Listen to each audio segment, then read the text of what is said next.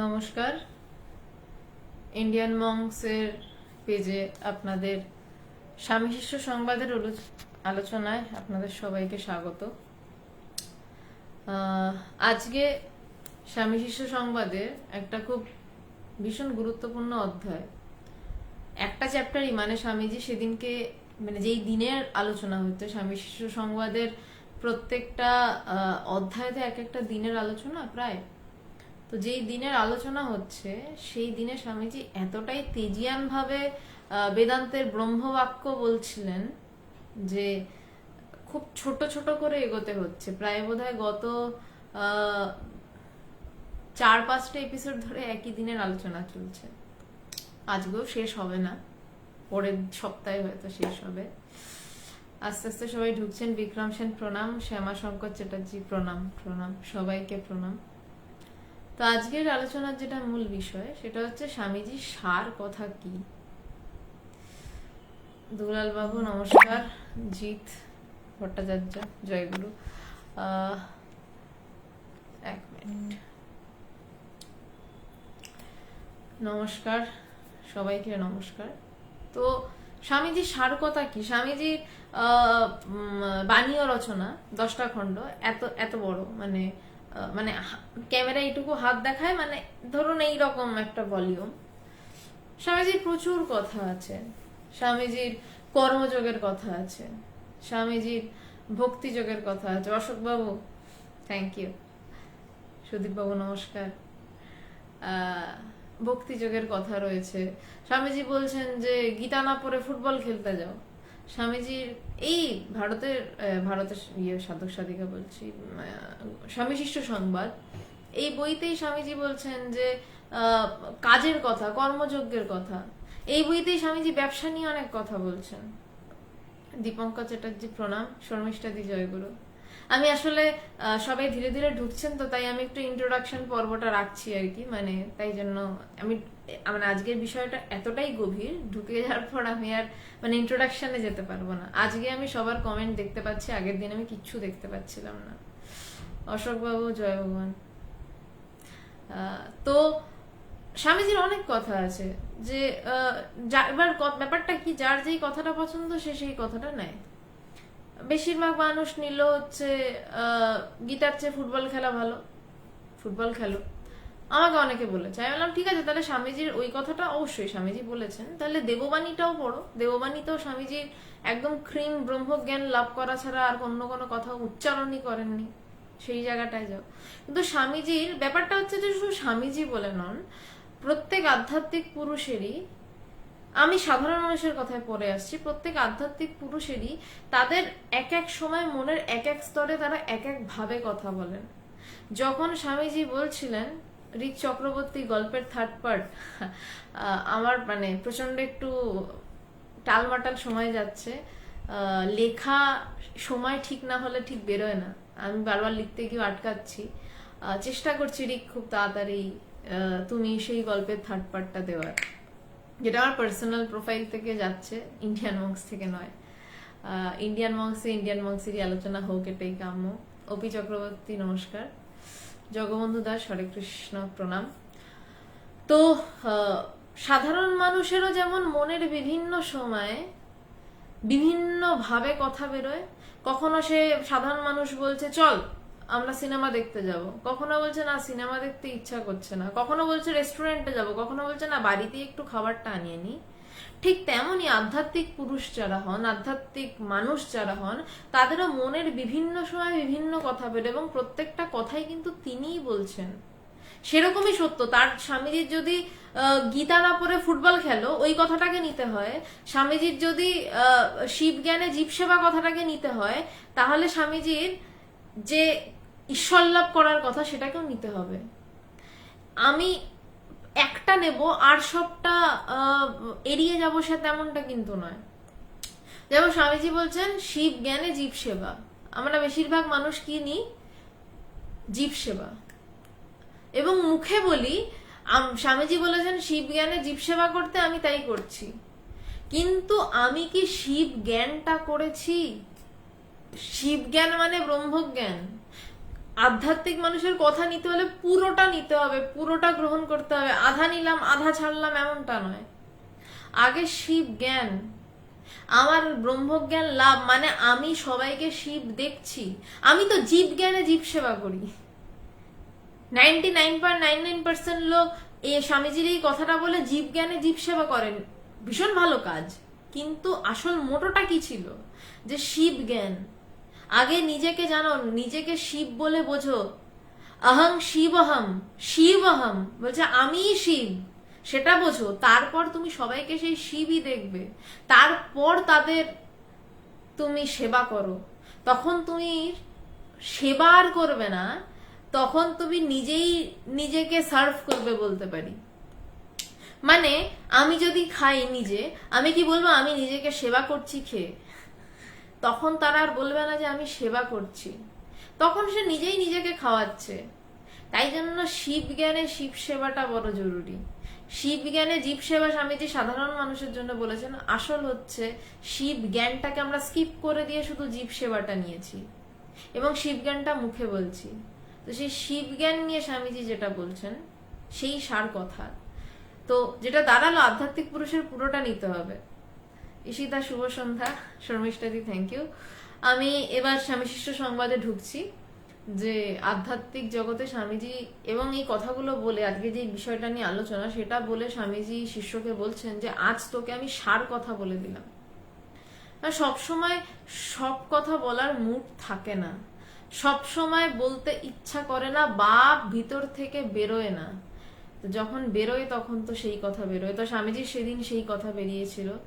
আমি স্বামী শিষ্য সংবাদে ঢুকছি এবং সবাইকে আমি প্রণাম জানাচ্ছি যারা লাইভে রয়েছেন এবং যারা পরে ঢুকবেন। আমি আর ইন্ট্রোডাকশন পর্বে যাচ্ছি না, তবে আবারও একটা পুরনো কথা রোজ বলি, আবারও বলে দিচ্ছি। আজকের বিষয়টা ভীষণ সূক্ষ্ম, কারণ স্বামীজি খুব মানে ব্রহ্মজ্ঞানের দিকে খুব সূক্ষ্ম আকারে এগোচ্ছেন।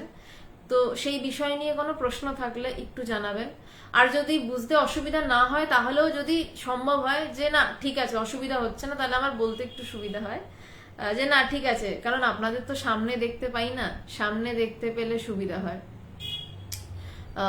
আর একদম শেষে অন্য যা যা প্রশ্ন রয়েছে আপনারা সমস্ত ধরনের প্রশ্ন করুন, আমি জবাব দেব। আর মানে এই টপিকটা চলাকালীন এই টপিক সম্পর্কে যদি কোনো প্রশ্ন থাকে অবশ্যই করবেন, আমি জবাব দেব। পবিত্রবাবু প্রণাম। পরে এটা নিয়ে পরে আলোচনা হবে। গড মলিকিউল, গড পার্টিকেল, এটা ব্রহ্মজ্ঞানের থেকে অনেক অনেক দূরের বিষয়, একটু কাছাকাছি, তবে এটা দিয়ে পুজো ফিজিক্সে ঢুকতে হবে, মেটাফিজিক্সে ঢুকতে হবে, অনেক ব্যাপার আছে। এটা নিয়ে অন্য কখনো আলোচনা হবে, আমি আলোচনায় ঢুকছি।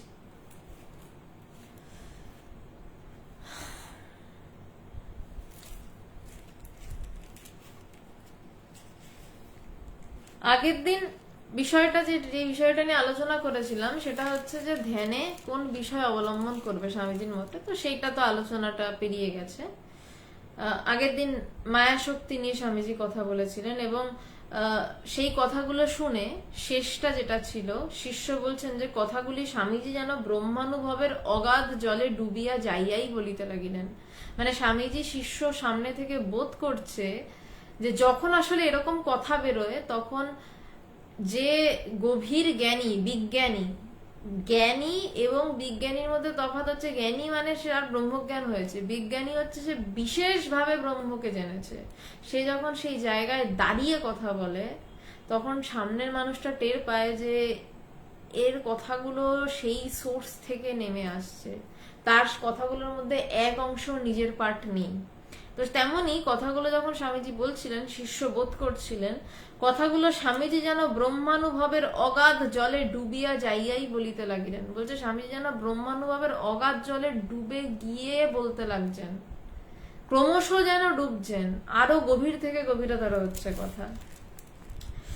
আগের দিন জ্ঞাতা জ্ঞেয় জ্ঞানের ভাবের কথা বলেছিলেন, আমি আর ওইটাই যাচ্ছি না, জাস্ট ছোট্ট করে বলিনি ত্রিপুটি জ্ঞাতা জ্ঞান জ্ঞেয় মানে আমি জ্ঞাতা, আমি ব্রহ্মকে জানতে চাইছি, জ্ঞেয় বস্তু যাকে জানতে চাইছি সেটা জ্ঞেয় বস্তু, এবং যা দিয়ে জানতে চাইছি সেটার নাম জ্ঞান।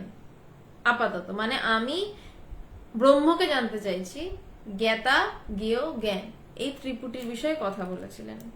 স্বামীজি বলছেন যে এই জ্ঞাতা জ্ঞেয় বা জানাজানি ভাব থেকেই দর্শন, শাস্ত্র, বিজ্ঞান সব বেরিয়েছে। স্বামীজি বলছেন যে এই যে আমি আমি জানবো, এই জানা জানির ভাব, আমি জানতে চাই, আমি ছোট থেকেই কিছু না কিছু জানতে চাই।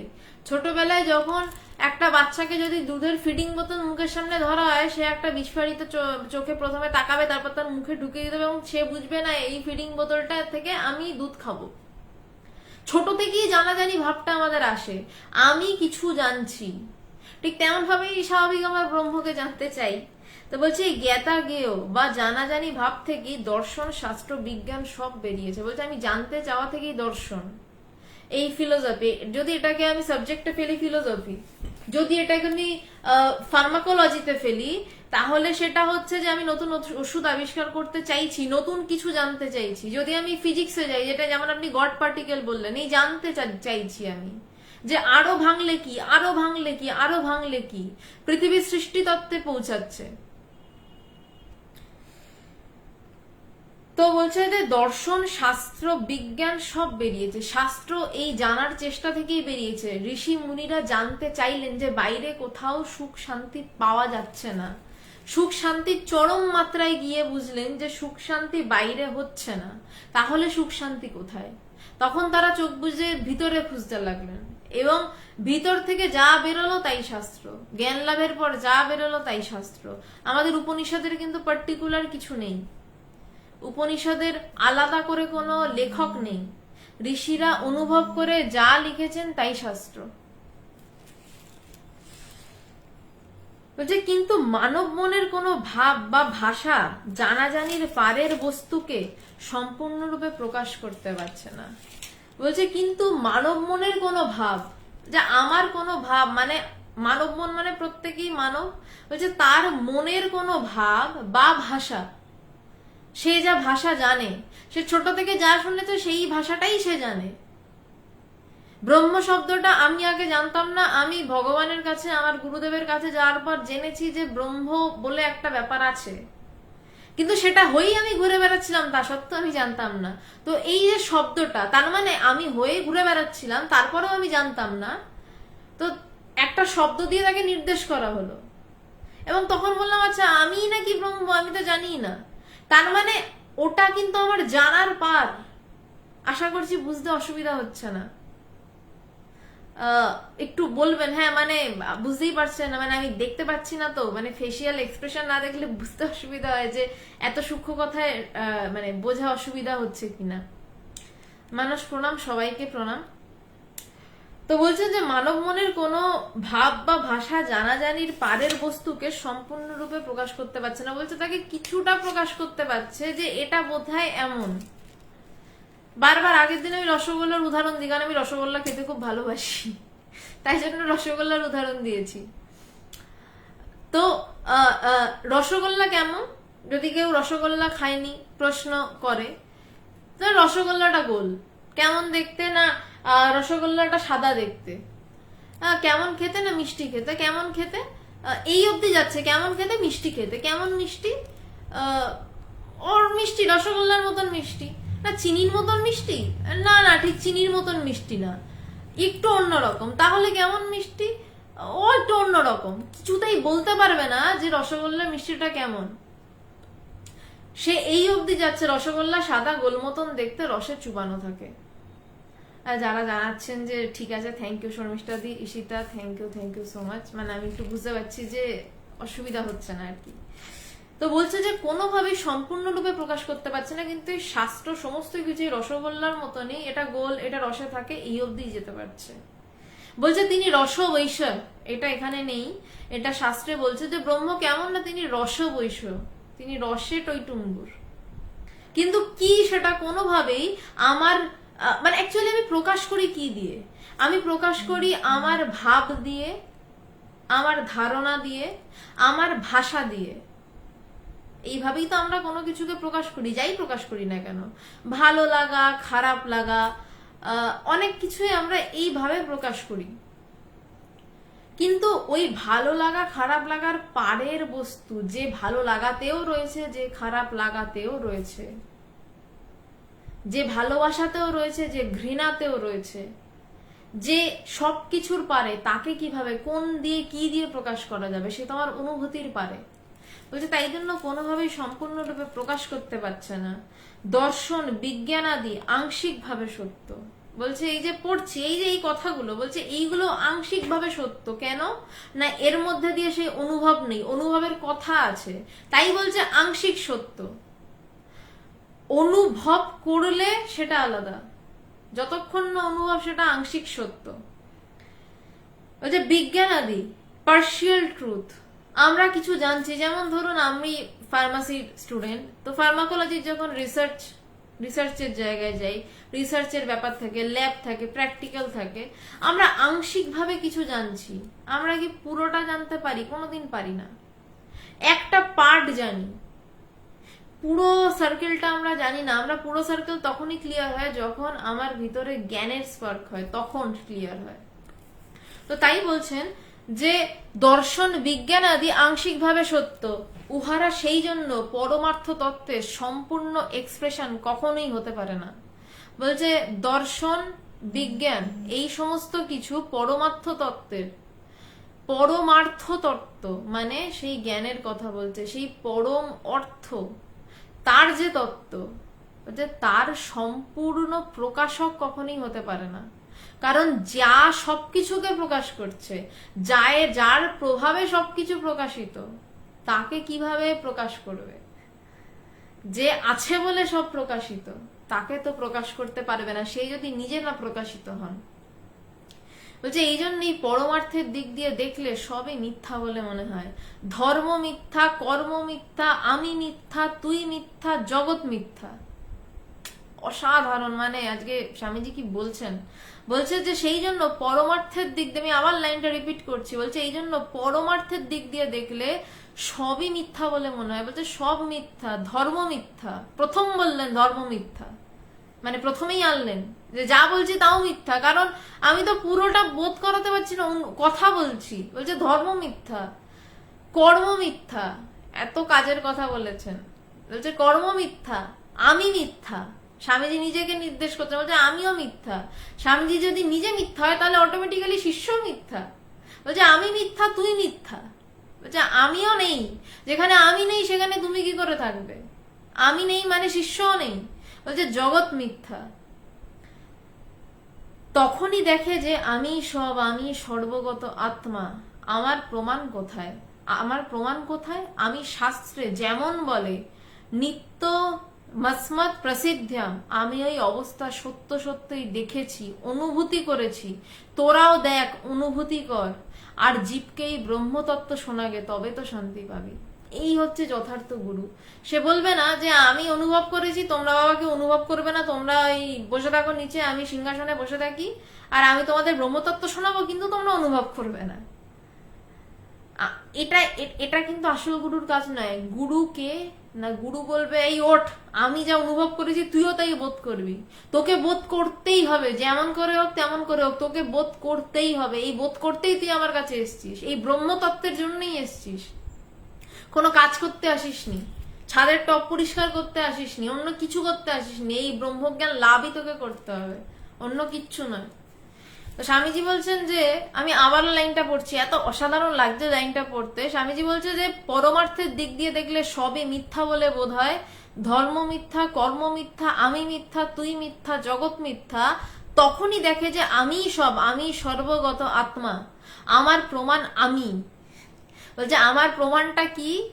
আমার প্রমাণ আমি।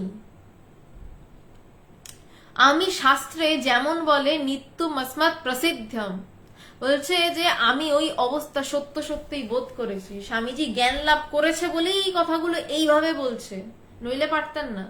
নইলে বই পড়া বিদ্যা হলে মিনমিন করে বলতেন, বই পড়া বিদ্যা হলে মিনমিন করে বলতেন। বই পড়া বিদ্যা নয়, তিনি বোধে বোধ করেছেন বলেই এরম ভাবে কথা বলছেন। বলছে তোরাও দেখ, সাথে যেটা বলছেন যে তোরাও দেখ, অনুভূতি কর, শুধু দেখতে বলছেন না। শ্রীমতীদি নমস্কার। দেখতে বলছে না, বলছে তোরাও দেখ, অনুভূতি কর, বলছে অনুভূতির উপর জোর দিচ্ছে, বলছে তোরা শুধু দেখবি না, অনুভব কর, সেটাকে অনুভূতি কর। আর জীবকে এই ব্রহ্মতত্ত্ব শোনাগে, জীবকে অন্য কিছু শোনাতে হবে না, জীবকে কিভাবে জীবন ভালো কাটবে, মন ভালো থাকবে শোনানোর দরকার নেই, কিভাবে সে ব্রহ্মজ্ঞান লাভ করবে এটা শোনাও। আর কিছু যদি নাই বা পারো, বলছে তবে তো শান্তি পাবি, বলছে জীবকে ব্রহ্মতত্ত্ব শোনা, তবে তো শান্তি পাবি। ওই কথা বলিতে বলিতে স্বামীজির বদন গম্ভীর ভাব ধারণ করিল, এবং তাহার মন যেন কোন এক অজ্ঞাত রাজ্যে যাইয়া কিছুক্ষণের জন্য স্থির হইয়া গেল। বলছে এই কথা বলতে বলতে স্বামীজির বদন মানে মুখ একটা গম্ভীর ভাব ধারণ করলো, এবং বলছে মন যেন কোনো অজ্ঞাত রাজ্যে গিয়ে স্থির হয়ে গেল, মানে সমাধিস্থ অবস্থায় চলে গেছেন স্বামীজি বলতে বলতে। এই কথা যখন ভিতর থেকে বেরোয় তো সমাধিস্থ অবস্থাতেই যাবে, আর কোনো অবস্থায় যাওয়ার জায়গা নেই তখন। বলছে কোথায় যেন চলে গেছে। কিছুক্ষণ পরে সেই অবস্থা থেকে বুত্থান হওয়ার পরে বলছে কিছুক্ষণ পরে তিনি আবার বলিতে লাগিলেন, এই সর্বমত গ্রাসিনী, সর্বমত সামঞ্জস্যা ব্রহ্মবিদ্যা নিজে অনুভব কর আর জগতে প্রচার কর, এতে নিজের মঙ্গল হবে, জীবেরও কল্যাণ হবে। তোকে আজ সার কথা বললাম, এর চাইতে বড় কথা আর কিছুই নেই। স্বামীজি বলছেন কি ব্রহ্মজ্ঞানকে কিভাবে ডিফাইন করলেন, বলছে যে এই সর্বমত গ্রাসিনী, বলছে সমস্ত মতকে যে গ্রাস করে নিচ্ছে। কেন বলছে? আমি সমস্ত মত জানছি, সেই আমিটাকে বোধ করার কথা বলছে। যে সব মত জানছে সেই আমিটাকে যদি জানতে পারি, সেই তো সর্বমত গ্রাসিনী। সব মতকে সে গ্রাস করে নিচ্ছে, সেই অনুভবে সব মত গ্রাস হয়ে যায়। সর্বমত সামঞ্জস্য, আমি দেখছি শিব বড়, আমি দেখছি কালী বড়, আমি দেখছি কৃষ্ণ বড়, ঝামেলা করছি। আবার কখনো বলছি অদ্বৈত বড়, কখনো বলছি দ্বৈত বড়। বলছে আমার ভিতরের এই ঝামেলা শেষ কোথায়? আমি দেখছি কৃষ্ণ বড়, আমি দেখছি কালী বড়, আমি দেখছি বৈষ্ণব বড়, আমি দেখছি অদ্বৈতবাদ বড়, সেইটা আমিতে শেষ হচ্ছে। বলছে আমিটা বোধ কর। তাই বলছে সর্বমত সামঞ্জস্য ব্রহ্মবিদ্যা। বলছে ব্রহ্মবিদ্যা কেমন না সর্বমত গ্রাসিনী, আশা করি বোঝানো গেল। সর্বমত সামঞ্জস্য ব্রহ্মবিদ্যা নিজে অনুভব কর আর জগতে প্রচার কর। বলছে আগে অনুভব কর, প্রথমে বলতে যেতে বলেননি, কারণ ব্রহ্মের কথা এরম ভাবে বললে হয় না। আগে নিজেকে বোধ করে তারপরেই ব্রহ্মজ্ঞানের কথা বলতে হয়, নইলে অসম্ভব এই ব্রহ্মজ্ঞানের কথা বলা হবে, মুখস্থের মতন বলা হবে, শোনার মতন বলা হবে। ধরুন আমি নর্মাল ভাবে যাই, আমি ল্যাবে একটা টেস্ট করেছি, সে যখন এসে মানে যখন পেপার সাবমিট করে, পেপার সাবমিশনের পরে একটা সেমিনার হয়, সে যে নিজের হাতে টেস্ট করেছে সে যেভাবে সেমিনার দেবে, যে নিজের হাতে টেস্ট করেনি সে বন্ধুর থেকে জানলে এই শোন না কিভাবে কিভাবে কি পরপর পরপর হলো একটু বল, তার সেমিনারের কনফিডেন্স আর যে জেনে বললো বন্ধুর থেকে, তার সেমিনারের কনফিডেন্সের লেভেলই আলাদা হবে। যে নিজে টেস্ট করতে যেন ফুল কনফিডেন্ট, না আমি এই সময় এটা দিয়েছি, আমি এত সেকেন্ডে এই ড্রাগটা অ্যাপ্লাই করেছি, ঠিক তেমনই যে নিজে বোধ করেছে তার কনফিডেন্স লেভেলই আলাদা, তার এই ব্রহ্মবিদ্যার কথা বলারই আলাদা। কিন্তু স্বামীজি বলছেন যে বল, কিন্তু তার আগে এই ব্রহ্মবিদ্যা নিজে অনুভব কর আর জগতে প্রচার কর, এতে নিজের মঙ্গল হবে, জীবেরও কল্যাণ হবে। বলছে এর ফলে কি লাভ হবে না, সবার আগে নিজের মঙ্গল হবে, বাজে কথা না বলে আত্মতত্ত্বের কথা বলছি, নিজের ভালো হবে। বলছে আর তার সাথে জীবেরও কল্যাণ হবে। তোকে আজ সার কথা বললাম, এর চাইতে বড় কথা আর কিছুই নেই। বলছে এর থেকে বড় কথা আর কিছুই নেই। এবার শিষ্য ধরেছে, এবার শিষ্য, এবার আপনাদের ভাল লাগবে। এবার শিষ্য এবার স্বামীজিকে ধরেছে, মহাশয় আপনি এখন জ্ঞানের কথা বলিতেছেন, আবার কখনো বা ভক্তির, কখনো কর্মের, কখনো যোগের প্রাধান্য কীর্তন করেন, উহাতে আমাদের বুদ্ধি গুলাইয়া যায়। বিজয়বাবু প্রণাম। এবার এবার মজাটা আসছে, এবার টুইস্টটা আসছে। শিষ্যের দম আছে বলতে হবে, স্বামীজিকে এভাবে ক্রস করছে। মানে আমরা হলে চুপচাপ বাবা বলেছে সার কথা বলেছি মাথা ঠুকে চলে আসতাম। শিষ্য বলছে মহাশয় আপনি এখন জ্ঞানের কথা বলছেন, আবার কখনো ভক্তির কথা বলবেন, আবার কখনো কর্মের, কখনো যোগের প্রাধান্য কীর্তন করবেন, উহাতে আমাদের বুদ্ধি গুলিয়ে যায়। বলছে এতে আমাদের বুদ্ধি গুলিয়ে যায়, কোনটা করব? স্বামীজি বলছেন কি জানিস, এই ব্রহ্মজ্ঞ হওয়াই চরম লক্ষ্য, পরম পুরুষার্থ। বলছে যাই বলি না কেন, এই ব্রহ্মজ্ঞ হওয়া মানে ব্রহ্মকে বোধ করা, বলছে সেটাই চরম লক্ষ্য, পরম পুরুষার্থ। তবে মানুষ তো আর সর্বদা ব্রহ্ম সংস্থ হয়ে থাকতে পারে না, বুত্থানকালে কিছু নিয়ে তো থাকতে হবে। এটা এটা আরো আরো গভীরের কথা। বলছে সবসময় আমি ব্রহ্মজ্ঞানে স্থিত হয়ে বসে রাখলাম, বলছে এমন তো হয় না। বলছে বুত্থানকালে, সেই জায়গা থেকে, এখানে এই শব্দটা বুত্থান বলছে, উত্থান বলছে না। কেন? কারণ কোথাও থেকে ওঠার নেই, উঠে কোথাও যাওয়ার নেই। আমরা বলি উত্থান, কিন্তু ব্রহ্ম থেকে, সমাধি থেকে বলে বুত্থান। কেন? কারণ সেখান থেকে উঠে কোথাও যাওয়ার নেই, কিছু করার নেই। দেওয়া যে বুদ্ধিত হলেন, মানে সেই জায়গাতেই রইলেন কিন্তু যেন দেখাচ্ছে। বলছে সেই জায়গা থেকে বুত্থান হলে তো আর সর্বদা ব্রহ্ম সংস্থ হয়ে থাকা যায় না, তাহলে দেহ থাকবে না। 21 দিনের মধ্যে দেহ চলে যাবে, যার চলে যাওয়া সে 21 দিনের মধ্যে চলে যায় এবং শান্তিতে থাকে। কতগুলো মুশকিলের মানুষ যাদেরকে ঘাড় ধাক্কা দিয়ে পৃথিবীতে কাজ করাতে হয়, মহামায়া তাদের গলার টুটি চিপে পৃথিবীতে রেখে দেন, আর তারা প্রত্যেক মুহূর্তে বলে ওরে বাবা কবে যাব কবে যাব কবে যাব।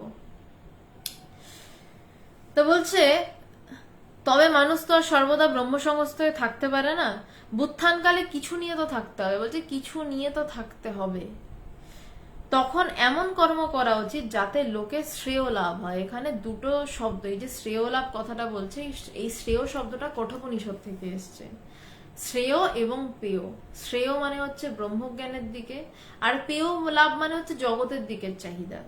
যখন কঠোপনিষদের ছোট্ট নচিকেতা যখন যমরাজের কাছে গেল, যমরাজ মানে তো তিনি ধর্মরাজ, তিনি জ্ঞানেরও অধীশ্বর, তখন তাকে যমরাজ শ্রেয় লাভ এবং পেয় লাভের কথা বলেছিলেন। সেইখান থেকে শ্রেয় লাভ শব্দটা এসছে। শ্রেয় লাভ মানে জ্ঞান লাভের কথা বলছে। কিন্তু যখন সমাধি থেকে বুত্থান হবে, তখন এমন কর্ম করা উচিত যাতে লোকের শ্রেয় লাভ হয়। বলছে যাতে লোকের শ্রেয় লাভ মানে ব্রহ্ম জ্ঞানের দিকে তাকে একটু হলেও ঠেলে দেওয়া যায়।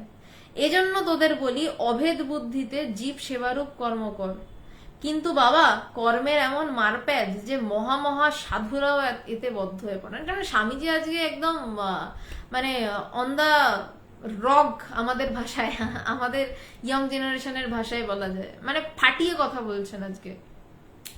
স্বামীজি বলছেন যে এমন কর্ম করা উচিত যাতে লোকে শ্রেয় লাভ হয়, কিন্তু সাবধান করছেন। বলছে তোদের এই জন্য তোদের বলি অভেদ বুদ্ধিতে জীব সেবারূপ কর্ম কর। যেটাতে শুরু করলাম, শিব জ্ঞানে জীব সেবা। আমরা মুখে বলি, শিব জ্ঞানের বোধটা আমরা না করে শুধু জীব সেবা করি। তাই জন্য আমাদের মধ্যে কোথাও মনে হয় আমরা এই কাজ করেছি, আমরা সেই কাজ করেছি, কিন্তু যদি শিব জ্ঞান করে শিব সেবা করি, আমরা জীব জ্ঞানে জীব সেবা করি আসলে। কিন্তু স্বামীজি বলেছেন শিব জ্ঞানে জীব সেবা, তখন আর আসলে জীব সেবাটা থাকবে না, তখন শিব জ্ঞানে শিব সেবা। স্বামীজি ইচ্ছা করি হয়তো বা শিব জ্ঞানে শিব সেবা বলেননি, তাহলে দেখতেন হয়তো সারাদিন লোকে শিবকে পুজো করছে, মানুষের কল্যাণটা আর হতো না। তো যাই হোক, মানুষ কিছু তো লাভ হয়। তো প্রথম ইম্পর্টেন্ট শিব জ্ঞান। শিষ্য যখন বলছে আমার মাথা গুলিয়ে যাচ্ছে, আপনি সব বলছেন, বলছে সবেরই আসল হচ্ছে যে ব্রহ্মজ্ঞ হওয়া, ব্রহ্মকে বোধ করা। তো বলছেন যে স্বামীজি বলছেন যে এই জন্য তোদের বলি অভেদ বুদ্ধিতে জীব সেবারূপ কর্ম কর। বলছে সেবারূপ কর্ম কর কেমন না, অভেদ বুদ্ধিতে, যেখানে কোনো ভেদাভেদ থাকছে না, যেইখানে কোনো ভেদ না রেখে সেই কর্ম করতে বলছেন। কিন্তু বাবা কর্মের এমন মারপ্যাচ যে মহামহা সাধুরাও এতে বদ্ধ হয়ে পড়েন। বলছে কর্মের এমন মারপ্যাচ, কারণ সত্য বলবো, কর্ম করতে গেলে টাকা আসে, টাকা থেকে লোভ আসে, না হলেও নাম যশ আসে, কর্মের অনেক সমস্যা রয়েছে। তাই জন্য ব্রহ্মজ্ঞানী না হয় কর্ম করতে গেলে হয় টাকা নয় নাম যশ, এই আর নয় আরো কর্ম করব, কর্মের পরে আরো কর্ম করব, কর্মের পরে আরো কর্ম করব, এই করে সে চঞ্চল হয়ে কাটিয়ে দিল। তার শিব জ্ঞান আর হলো না, সে সেবা সেবা সেবা সেবা করে কাটিয়ে দিল। ভালো কাজই করলো, কিন্তু এই টাকা প্লাস নামযশ এইগুলোর ফাঁদে না পড়লেও সেবার নামেই কাটিয়ে দিল। কিন্তু ব্যালেন্স করতে হয়, কতটা আমি ধ্যান ধারণা করব, কতটা ব্রহ্মজ্ঞানের জন্য বসে থাকবো, কতটা ব্রহ্মজ্ঞানের পরেও আমি ওই জায়গায় বসে থাকবো, কতটা কর্ম করব। স্বামীজির একটা বিউটিফুল দিক ছিল, স্বামীজি প্রচুর কাজ করতেন, প্রচুর বক্তৃতা দিতেন, কিন্তু তারপর মাঝে মধ্যে নিজের ঘরে পুরো ঢুকে যেতেন। 2 দিন 3 দিন স্বামীজির কোনো মানে রুম থেকেই বেরোতেন না, শুধু খেতেন এবং রুমে বসে থাকতেন। আসল কথা হচ্ছে সেই জায়গায় স্থিত হওয়া। যত আমি সেই জায়গায় স্থিত হব, তত বেশি বাইরের কাজ ঠিক হবে। নইলে বাইরের কাজ ঠিক হওয়া সম্ভব নয়। জাগতিকভাবে 10 বছর ধরে আধ্যাত্মিক জীবনের কাটাচ্ছি, তো আমি দেখছি যেটা কাজ যখনই করতে হয়, যত ভিতর স্থির তত বাইরে কাজ ঠিক হয়। নয়তো বাইরে লাফালাফি ঝাপাঝাপি করে কাজ হয় না, সেটাতে আমি চলে আসে, বাইরের কাজে আমি চলে আসে। কিন্তু স্বামীজি কিভাবে কাজ করতে বলছেন? আধ্যাত্মিক কাজ কেমন হওয়া উচিত? আমি ছাড়া যেই কাজে আমিত্ব থাকছে না। তাই স্বামীজি বলছেন যে মহা সাধুরাও এতে বদ্ধ হয়ে পড়েন কর্মের এমন মারপ্যাচ, সেই জন্য ফলাকাঙ্ক্ষাহীন হয়ে কর্ম করতে হয়। গীতায় ওই কথাই বলছে, কিন্তু জানবি ব্রহ্মজ্ঞানে কর্মের অনুপ্রবেশও নেই, সৎকর্ম দ্বারা বড়জোর চিত্ত শুদ্ধি হয়। স্বামীজি বলছেন যে সেই জন্য ফলাকাঙ্ক্ষাহীন হয়ে কর্ম করতে হয়, বলছে ফলের আকাঙ্ক্ষা ছেড়ে কাজ করো। বলছে গীতাতে এটাই বলেছে, এটাই কর্মযোগ।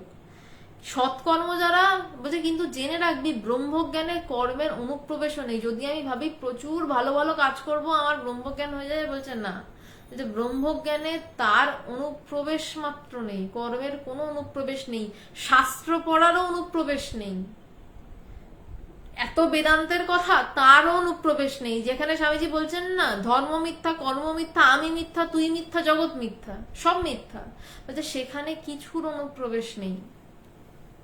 সৎকর্ম দ্বারা বড়জোর চিত্ত শুদ্ধি হয়। বলছে সৎকর্ম, ভালো কাজের দ্বারা বড়জোর চিত্ত শুদ্ধ হবে। এই জন্যই ভাষ্যকার জ্ঞান কর্ম সমুচ্চয়ের প্রতি এত তীব্র কটাক্ষ, এত দোষারোপ করেছেন। বলছেন এই জন্যই ভাষ্যকার জ্ঞান কর্ম সমুচ্চয়ের প্রতি এত তীব্র কটাক্ষ, এত দোষারোপ করেছেন। নিষ্কাম কর্ম থেকে কারো কারো ব্রহ্মজ্ঞান হতে পারে, বলছে নিষ্কাম কর্ম দিয়েও কারো কারো ব্রহ্মজ্ঞান হতে পারে, এও একটা উপায়, কিন্তু উদ্দেশ্য হচ্ছে ব্রহ্মজ্ঞান লাভ।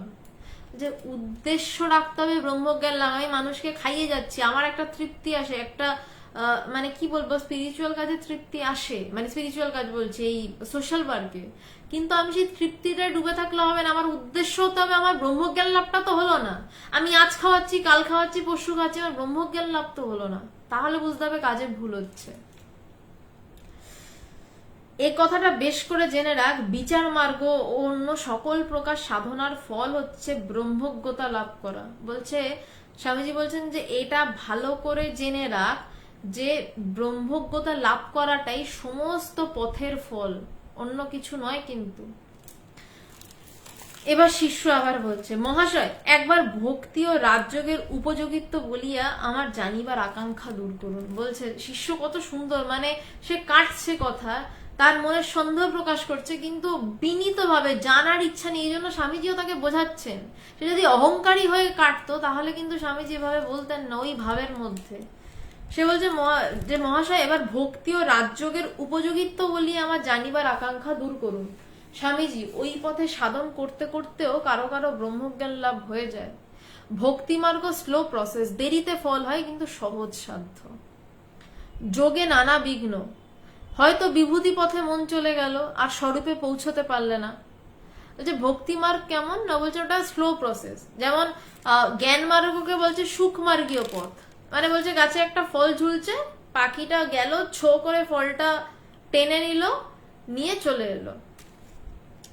আর ভক্তি মার্গ কেমন না, বলছে একটা পিঁপড়ে ওই ফলটা দেখলো, ধীরে ধীরে ধীরে ধীরে পিঁপড়েটা গেল, গিয়ে গাছে উঠলো, উঠে ওই ফলটা খেলো, দুজনেই কিন্তু ফলের স্বাদ পেলো। কিন্তু জ্ঞান মার্গ ভীষণ ফাস্ট প্রসেস, ছো মেরে নিয়ে চলে গেল। ভক্তি মার্গ তো ফলের স্বাদ পেলো, কিন্তু ধীরে ধীরে ধীরে গিয়ে সেই ফলের স্বাদটা পেলো। তো বলছে ভক্তি মার্গ স্লো প্রসেস, দেরিতে ফল হয় কিন্তু সহজ সাধ্য, ঝামেলা ঝঞ্ঝাট নেই। ঈশ্বর তুমি আমার সব। জ্ঞান মার্গ হচ্ছে সব কেটে উড়িয়ে দাও, বলছে তুমিও নেই আমিও নেই, মানে প্রথমে বলবে আমি নেই, তারপর বলবো ঈশ্বর তুমিও নেই। আমার মনে আছে যখন একটা সময় ভগবান আমাকে বলছেন যে ঈশ্বর চিন্তাও বাজে চিন্তা, ঈশ্বর চিন্তাও ছাড়। বলছে যে কোনো চিন্তাই বাজে চিন্তা, মানে তখন একটা চরম অবস্থা থেকে ভগবান কথা বলছিলেন। বলছে যে কোনো চিন্তা মাত্রই পাপ। বলছে আমি বললাম ভগবান ঈশ্বর চিন্তা? বলছে না, ওটাও ভুল, ওটাও চিন্তা, যা ব্রহ্মকে তোকে বুঝতে দিচ্ছে না। ঈশ্বর চিন্তাও ছাড়, ভালো চিন্তা তো ছাড়, ঈশ্বর চিন্তাও ছাড়, বেদান্ত চিন্তাও ছেড়ে দিয়ে যখন সেই জায়গায়, তখন সেই ব্রহ্মজ্ঞান। যেমনটা হচ্ছে ধরুন আমার হাতে ময়লা লেগেছে, আমি হাত পরিষ্কার করব সাবান দিয়ে। ঈশ্বর চিন্তাটা কি না, সাবান দিয়ে আমি ময়লাটা পরিষ্কার করছি, জাগতিক চিন্তা তুলছি। এবার আমি কি, ময়লাটা উঠে গেল কিন্তু হাতে সাবানটা রয়েছে, আমি কি খুব খুশি হয়ে হাতে সাবান নিয়ে এমনি করে দাঁড়িয়ে থাকবো বা বসে থাকবো? আমি কি করব, জলের তলায় গিয়ে সাবানটাও ধুয়ে ফেলবো। তো বলছে তেমনই জাগতিক চিন্তাকে ঈশ্বর চিন্তা দিয়ে সরাও, কিন্তু সেই ঈশ্বর চিন্তাটাকেও একটা সময় সরে যেতে হবে, নইলে কিন্তু পরিষ্কার হাত দেখা যাবে না। সেই ঈশ্বর চিন্তাও না সরে গেলে কিন্তু পরিষ্কার ভাবে সেই ব্রহ্ম প্রকাশিত হবেন না। তাহলে ঈশ্বর চিন্তা আপনাদের ছাড়তে বলছি না, এটা কোনো এক বিশেষ সময় ভগবান আমাকে বলেছিলেন, আমি জাস্ট এক্সপিরিয়েন্স শেয়ার করলাম, মানে গুরুবাক্য আপনাদেরকে জানালাম। তবে ঈশ্বর চিন্তাটা আগে, মানে ঈশ্বর চিন্তায় দৃঢ় হওয়াটা আগে দরকার, তারপর ঈশ্বর চিন্তা নিজে থেকে সরে যায়। ঈশ্বর চিন্তাকে কাউকে সরাতে হয় না, ঈশ্বর চিন্তা নিজে থেকে সরে যায়, সেই চিন্তা এমনি সরে যায়।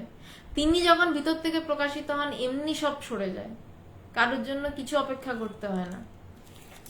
মানে ঠাকুরের এই কথাটা ভীষণ দারুণ লাগে যে ভালো কাটা দিয়ে মন্দ কাটা তোলো, তারপর দুটি কাটাই ফেলে দাও, ফেলে দিয়ে মুক্ত হয়ে যাও। বলছে ভালো কাটা দিয়ে মন্দ কাটা তোলো, মানে ঈশ্বর চিন্তা দিয়ে জাগতিক চিন্তাকে ফেলো, তারপর ঈশ্বর চিন্তাটাও ফেলে দাও, জাগতিক চিন্তাটাও ফেলে দাও। জাগতিক চিন্তা তো গেছিল, এবার ঈশ্বর চিন্তাও ফেলে দিয়ে মুক্ত হয়ে যাও। সেই মুক্তর সাথে ঈশ্বর চিন্তার কোনো সম্বন্ধ নেই, সেই মুক্তর সাথে বাজে চিন্তারও কোনো সম্বন্ধ নেই।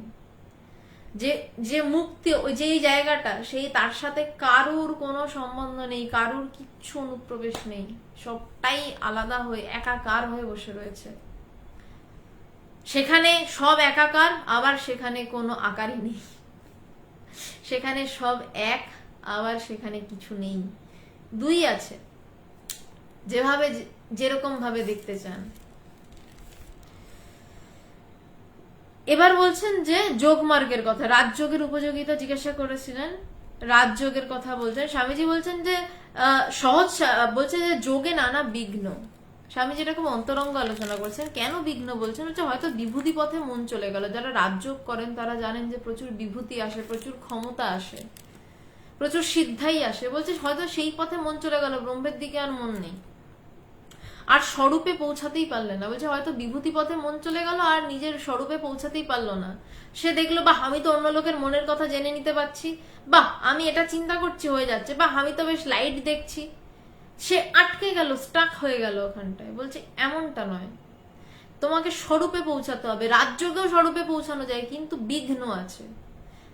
আমি মানে এটা আমি স্বামীজির কথা বলছি, এটা আমার কোনো ব্যক্তিগত ওপিনিয়ন নয়। বলছে বিঘ্ন আছে। একমাত্র জ্ঞান পথই আশু ফলপ্রদ, মানে তাড়াতাড়ি ফল দেয়, এবং সর্বমত সংস্থাপক বলিয়া সর্বকালের সর্বদেশে সমানাদৃত। বলছে জ্ঞান পথই আশু ফলপ্রদ, বলছে সে ফল দেবেই। এবং জ্ঞান পথের একটা বিউটি কি, কঠিন, কঠিন, সত্যি কঠিন, মানে আলোচনা শুনে বুঝতে পারছেন কঠিন। কারণ যেখানে কিছু ধরার নেই, আমি ঈশ্বর বলে কাউকে আরাম করে ধরে বেশ কাঁদতে পারবো না, হাসতে পারবো না, তার সাথে গল্প করতে পারবো না। বলতে হবে আমিও নেই, এই জায়গায় যেতে হবে, আমিও নেই, তারপরে বলতে হবে ঈশ্বর তুমিও নেই। মানে এই জায়গাতে, মানে জ্ঞান পথে কিছু ধরার নেই, শূন্য ধরে জ্ঞান পথ আর কি। তো বলছে যে জ্ঞান পথই আশু ফলপ্রদ এবং সর্বমত সংস্থাপক বলিয়া সর্বকালে সর্বদেশে সমানাদৃত। বলছে যে সর্বকালে সর্বদেশে সমানভাবে আদৃত, সমাদৃত জ্ঞানপথ। কারণ এখানে যেটা বলছিলাম, জ্ঞানপথের বিউটিটা কোথায়? জ্ঞানপথে কিন্তু চলতে চলতে কোনো সিদ্ধাই টিদ্ধাই এসব হয় না, কোনো ক্ষমতা আসে না, কোনো বিভূতি আসে না, খুব একটা মানে অন্য ধরনের পথ। চেষ্টা করে যাচ্ছি, চেষ্টা করে যাচ্ছি, এটা বোঝা যায় যে হ্যাঁ আমি এগোচ্ছি, আমি ব্রহ্মের কাছে পৌঁছাচ্ছি। ন্যাচারালি সমুদ্রের দিকে যদি আপনি হাঁটা লাগান, যত সমুদ্রের কাছে পৌঁছাবে লোনা বাতাস তত বেশি লাগবে। জ্ঞানপথে এটুকু মাত্র বোঝা যায়, কিন্তু জ্ঞানপথে কোনো শক্তি আসে না। জ্ঞানপথে শক্তি কখন আসে? ব্রহ্মজ্ঞান লাভের পর তখন অষ্টসিদ্ধি এমনি তার করতলগত হয়, কুণ্ডলিনী শক্তি জাগ্রত এমনি তার করতলগত হয়, এমনি সবকিছু তার আন্ডারে চলে আসে। কারণ সে যখন ব্রহ্মজ্ঞান মানে যেই আমিটা সবকিছু সিদ্ধাই জানতে চাইতো, যে আমিটা অষ্টসিদ্ধি প্রাপ্ত হতে চাইতো, সেই আমিটাই যখন বোধ হয় তখন তো এমনি সব করতলগত হতে বাধ্য, এবং প্রকৃতিও তখন তার বাধ্য হয়। আমি তপভূমি নর্মদাতে একটা অসাধারণ জায়গা পড়ছিলাম, একলিঙ্গা স্বামী বলছে তার গুহার সামনে বাঘ পাহারা দিত, একলিঙ্গ স্বামীর গুহাতে। তো বলছে একদিন একলিঙ্গ স্বামী তিনি একদম কট্টর জ্ঞানী, মানে কট্টর জ্ঞান পথের মানুষ, তিনি ইয়ে করতে বসেছেন, প্রবচন দিতে বসেছেন। তো সবসময় উনি গুহা থেকে নামতেন না, যেদিন নেমেছেন প্রবচন দিতে বসেছে, বলছে যে মানে তপভূমি নর্মদার মানে ওইখানে তো পাহাড়ি এরিয়া, তো তাকিয়ে দেখছে যে মানে বৃষ্টি জাস্ট নামবে, মানে মানে মেঘ ভাঙা বৃষ্টি যাকে বলে নামবে আর কি। একলিঙ্গ স্বামী, আমি অবাক হয়ে গেছিলাম, জাস্ট আকাশের দিকে তাকিয়ে বললেন যে বরুণদেব একটু দাঁড়ান, আমি একটু ভক্তদের কথা শুনিয়ে নি, আপনি তার মিনতি বলছে, আপনাকে মিনতি করছি একটু দাঁড়ান, আমি একটু কথা শুনিয়ে নি, তারপর আপনি ঝরে পড়বেন। একলিঙ্গ স্বামী যতক্ষণ কথা বললেন একটা কিছু হলো না, তিনি চলে গেলেন, তারপর সব হলো। এবং এটা আমি শুধু বইতে পড়েছি তা নয়, আমি সামনেও দেখেছি, মানে আমার গুরুর ক্ষেত্রে আমি সামনে দেখেছি, অনেক ঘটনাই দেখেছি যে মানে সেটা নিয়ে অবশ্য আমি একদমই এখানে আলোচনা করতে চাই না, কারণ অষ্টসিদ্ধি বা কোনো সিদ্ধাই বা কোনো অলৌকিকত্ব আমাদের বিষয় নয়। কিন্তু আমি একদম পরিষ্কার ভাষায় বলছি যে জ্ঞান লাভ হলে অষ্টসিদ্ধি যে করায়ত্ত হয় সেটা আমি আমার নিজের চোখে দেখেছি, এই কনফিডেন্সের সাথে বলছি আর কি। কিন্তু এটা নিয়ে বেশি আলোচনায় যাব না, কারণ আমাদের বিষয় ব্রহ্মজ্ঞান লাভ। বলছে তবে বিচার পথে চলতে চলতেও মন দুস্তর তর্কজালে বদ্ধ হয়ে যেতে পারে। বলছে কিন্তু জ্ঞান পথের সমস্যা কি, সে সারাক্ষণ নিজের ভিতরে তর্ক করছে, তো নিজের সাথে নিজে তর্ক করছে, তো বলছে কি হয়, মন দুস্তর তর্কজালে বদ্ধ হয়ে যেতে পারে। বলছে তাই জন্য শুধু বিচার নয়, শুধু বিচার মানে কি, আমি নিজের ভিতরের কথাগুলোকে নিজে কাটছি, অন্য কারোর সাথে তর্ক নয়, নিজের সাথে নিজের তর্ক। জ্ঞান পথ হচ্ছে নিজেই নিজেকে মারা, অন্য কাউকে মারা নয়। নিজেকে মারতে বড় কষ্ট হয়, তাই জন্য জ্ঞান পথের লোক কম বা আধ্যাত্মিক পথের লোক কম। আধ্যাত্মিক পথে বলেনি গিয়ে অন্য কাউকে মেরে আসো। কৃষ্ণ গীতাতে বলেছে অর্জুনকে, সেটা অন্য কারণে, সেটা জাগতিক কারণে বলেছে যা গিয়ে পেটাও, পরিষ্কার ভাষা। দ্বিতীয় অধ্যায় অর্জুনকে কৃষ্ণ খালি, দ্বিতীয় অধ্যায় না প্রথম অধ্যায় কৃষ্ণ খালি কেঁদে গেল বিষাদ্য, আর তারপরের অধ্যায়গুলোতে কৃষ্ণ খালি অর্জুনকে বলে গেল যা বেটা পেটা। এটাই তো মূল কথা গীতার ছিল। এবং তার সাথে ব্রহ্মজ্ঞান লাভ করিয়ে তাকে পেটাতে পাঠালেন, এখানেও ইম্পর্টেন্ট ব্যাপার। তাকে কিন্তু ইয়ে যোগ দেখিয়ে দিলেন, তাকে তার কৃষ্ণের বিশ্বরূপ দর্শন করিয়ে দিলেন, তারপরও তাকে পেটাতে পাঠালেন না। পেটাতে কখন পাঠালেন, মারতে কখন পাঠালেন? ব্রহ্মজ্ঞান লাভ করার পর, যখন অর্জুন বলছে যে আমার আর কোনো সন্দেহ নেই, যখন অর্জুন বলছেন যে বিদ্যতে হৃদয় গ্রন্থি ছিদ্দান্তে সর্ব সংশয়, আমার সর্ব সংশয় ছিন্ন হয়ে গেছে, তখন অর্জুনকে মারতে পাঠালো। তখন অর্জুন ঠিকভাবে যুদ্ধ করতে পারলো। যুদ্ধ করতে গেলেও ব্রহ্মজ্ঞান দরকার, কারণ আমরা যুদ্ধ করি বা বসে ব্রহ্মজ্ঞান নিয়ে আলোচনা করি, সবটাতেই প্রয়োজন আমার একাগ্রতা। ব্রহ্মজ্ঞান ছাড়া একাগ্রতা বড় কঠিন, হয় না। তো বলছে বিচার পথে চলতে চলতে মন দুস্তর তর্কজালে বদ্ধ হয়ে যেতে পারে, সেই জন্য সঙ্গে সঙ্গে ধ্যান করা চাই। বিচার ও ধ্যান বলে, ধ্যানটা কিন্তু আবার ঠিক বেদান্তের বিষয় নয়, ধ্যানটা রাজযোগের বিষয়। তাই জন্য স্বামীজি বলছেন যে বেদান্তের একমাত্র সাধনা বিচার, কিন্তু স্বামীজি ধ্যানটাকেও অ্যাড করলেন। বলছে ধ্যান বলে উদ্দেশ্যে বা ব্রহ্মতত্ত্বে পৌঁছাতে হবে। কেমন ভাবে? বলছে বিচার চালাতে হবে, সাথে সাথে ধ্যান করতে হবে, যে কোনো একটা করলে হবে না। ধ্যানের সাথে সাথে ভিতরে ভিতরে বিচার চলতে হবে। বিচার নিয়ে অনেক কথা হয়েছে, আমি আর যাচ্ছি না। 4 রকম বিচার রয়েছে, আত্মা অনাত্মা বিচার, আরো 3 রকম বিচার আমার মনে পড়ছে না। যোগাবশিষ্ট সারে প্রথম দিকে আলোচনা করেছিলাম বিচার কয় প্রকার ও কি কি। আপনারা আমাদের যে অন্য মাধ্যম রয়েছে ফেসবুক ছাড়া, সেখানে আপনারা পেয়ে যাবেন বিচার কয় প্রকার ও কি কি, বা ফেসবুকে যদি এই ভিডিওগুলো ঘাটেন পেয়ে যাবেন। যোগাবশিষ্ট সারে ডিটেলস আলোচনা হয়েছিল বিচার কয় প্রকার ও কি কি। এইভাবে সাধন করলে গোলে ঠিক পৌঁছানো যায়, এই আমার মতে সহজ পন্থা ও আশু ফলপ্রদ। স্বামীজি বলছেন যে এইভাবে বিচার এবং ধ্যান বলে যদি চেষ্টা করো তবেই ঠিকভাবে ব্রহ্মতত্ত্বে পৌঁছানো যাবে। এটাই আমার মতে সহজ পন্থা এবং আশু ফলপ্রদ, মানে এবং তাড়াতাড়ি পৌঁছাতে পারবে। আজকে এই অবধি থাক। এবার কারোর কোনো প্রশ্ন থাকলে করুন, আমি চেষ্টা করব আমার সাধ্য মতন উত্তর দেওয়ার। আর যদি তার সাথে একটু জানান যে আজকের আলোচনায় কোনো অসুবিধা হয়েছে কিনা বা কেমন লেগেছে। ঈশিতা, তোর খুব ভালো লেগেছে, আমি বুঝতে পেরেছি। আর বাকি যারা দেখছিলেন যদি জানান, তাহলে আমি বুঝতে পারি যে না, I am on the right track, বা আমি ঠিকঠাক বোঝাচ্ছি। মানে ঠিকঠাক বোঝাচ্ছি না, মানে আমি বোঝানোর কেউ নই, ঠিকঠাক কথা বেরোচ্ছে আর কি।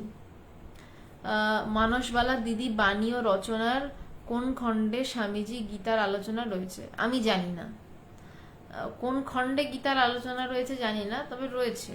স্বামীজি গীতা নিয়ে আলোচনা করেছিলেন। কোন খণ্ডে রয়েছে আপনি একটু বাণী ও রচনা ঘেটে ঘুটে একটু দেখে নিন। 10টা খণ্ড রয়েছে, একটু ঘেটে দেখে নেবেন, সূচিপত্র ঘাটলে হয়তো পেয়ে যাবেন। শর্মিষ্ঠা দি, আচ্ছা, ভালো লাগলো, প্রণাম। দেখি কোনো প্রশ্ন একটা এসছিল।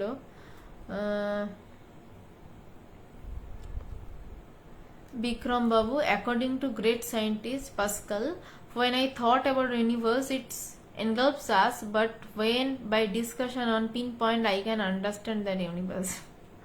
Pascal দারুণ ছিলেন। বিজয় বাবু, প্রণাম।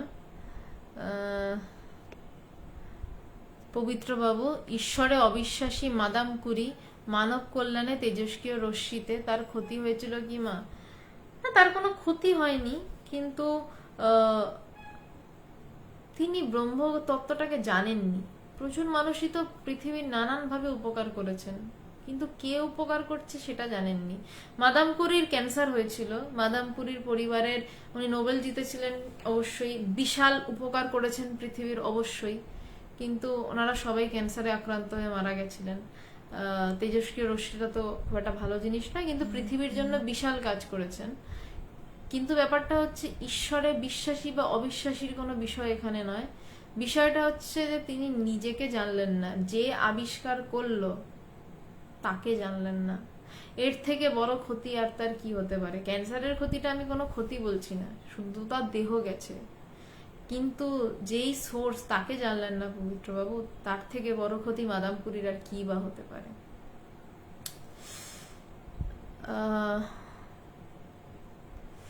পবিত্রবাবু, জাগতিক আসক্তি লোভ দুঃখের কারণ হতে পারে। দুঃখের কারণ সবই, কোনটা দুঃখের কারণ নয়? পদ্মপাতায় একটু জল, সেটা বলছে সুখ, বাকি টোটালটাই তো দুঃখ। আচ্ছা, আর কোনো প্রশ্ন নেই। মিঠুন নাটুয়া, আমার বাড়ি সোনারপুরে, স্টেশনের কাছাকাছি, স্টেশন থেকে হাঁটা রাস্তা। কেন, বা মানে আপনার কি মানে কোনো প্রয়োজন আছে? হ্যাঁ, মানে আসতেই পারেন। এই রোববার আমার বাড়িতে আলোচনা আমি বন্ধ রেখেছিলাম কিছু কারণের জন্য।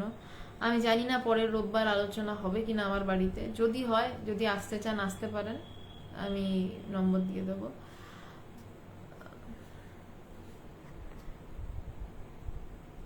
বিবেকানন্দ, দীপায়ন, বিবেকানন্দ ছাড়া আলাদা আলাদা যোগকে একসাথে কেউ ডেসক্রাইব করেছে? ঠাকুর তো সবকটা যোগেই সিদ্ধি লাভ করেছিলেন। ঠাকুর জ্ঞান পথেও সিদ্ধি লাভ করেছিলেন, যোগ পথেও সিদ্ধি লাভ করেছিলেন, ভক্তি পথেও সিদ্ধি লাভ করেছিলেন, তন্ত্র পথেও সিদ্ধি লাভ করেছিলেন। লীলা প্রসঙ্গ থেকে জানতে পারবে। দেখুন, লীলা প্রসঙ্গ প্লিজ ইংলিশে পড়ো না, বাংলায় পড়ো। বাংলা এখন অনেকটা বেটার তোমার জন্য। বাংলায় পড়ো, লীলা প্রসঙ্গ জানতে পারবে।